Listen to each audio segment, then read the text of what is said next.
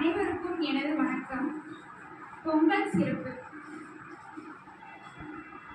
மஞ்சள் கட்டிய மண்பானையில் பால் பொங்கி வழிந்திட பொங்கலோ பொங்கல் என பிள்ளைகள் குரல் ஒலிக்க வீடுதோறும் மகிழ்ச்சி மலர்ந்து வளமோடு வாழ்வு பொங்கல். கதிரவனே, எங்கள் உயிரே, உன் ஒளியால் உலகம் இயங்க, உன் அருளால் விதை வளர, உணவாய் மனிதன் வாழ உனக்கு நன்றி சொல்லும் நாள் உன்னதமான தைப்பொங்கல். அத்தகைய தை திருநாளில் அனைவருக்கும் எனது வாழ்த்துக்களை தெரிவித்துக் கொள்கிறேன். நியாயமும் முன் அறிவும் நடுநிலையும் நற்பண்பும் ஒன்றாய் சங்கமிக்கும் நடுவர் அவர்களே, எனது கருத்துக்களுக்கு துணையாய் எதிராளராய் இருக்கக்கூடிய எனது சகோதரிகளே, இத்தகைய நல்ல ஒரு தருணத்தை எங்களுக்கு ஏற்படுத்தி கொடுத்த நிர்வாக உறுப்பினர்களே, ஆசிரிய பெருமக்களே, விழாவினை சிறப்பிக்க வந்திருக்கும் சக மாணவிகளே, உங்கள் அனைவருக்கும் வாழ்த்தி வணங்குகிறேன். நான் பேச வந்துள்ள தலைப்பு பண்டிகை நாட்களில் பெண்களுக்கு சுகமானதே அப்படிங்கிற தலைப்புல நான் பேச வந்திருக்கேன். ஏன் சுகமானது அப்படின்னு சொல்றேன்னு பார்த்தீங்கன்னா, குடும்பங்கள் ஒன்று கூடுவதே பார்த்தீங்கன்னா பண்டிகை காலங்கள்ல தான்.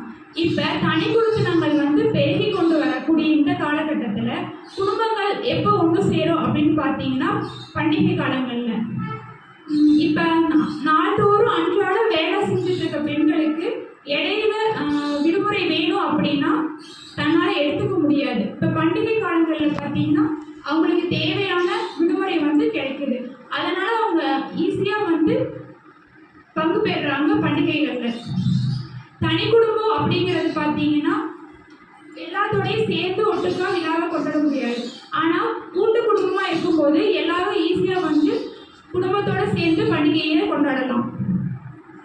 ஆனா இப்ப பண்டிகை அப்படின்னாவே எதை குறிக்குது அப்படின்னா கிராமத்துல நம்ம கொண்டாடக்கூடிய பண்டிகை தான்.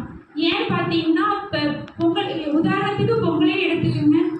கிராமத்துல நம்ம தாத்தா வீட்டுக்கு பாட்டி வீட்டுக்கு போய் அங்க இருக்க உறவினர்களோட சித்தி சித்தப்பா அக்கா அத்தை அவங்களோட சேர்ந்து நம்ம பண்டிகையை கொண்டாடுறோம்.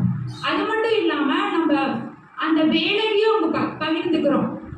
நீங்க இதை பண்ணுங்க, நாங்க அதை பண்றோம் அப்படின்னு குடும்பமா சேர்ந்து எல்லாரும் ஆளுக்கு ஒரு வேலையா இருந்து நாள்தோறும் நம்ம சமைக்கிறது தான். ஆனா குடும்பமா சேர்ந்து சமைச்சு சாப்பிடும் போது அது எல்லாத்துக்கும், ஆண்களுக்கும் மட்டும் இல்லை பெண்களுக்கும் குடும்பத்திலேயே சேர்ந்து அது மன மகிழ்ச்சியை கொடுக்குது.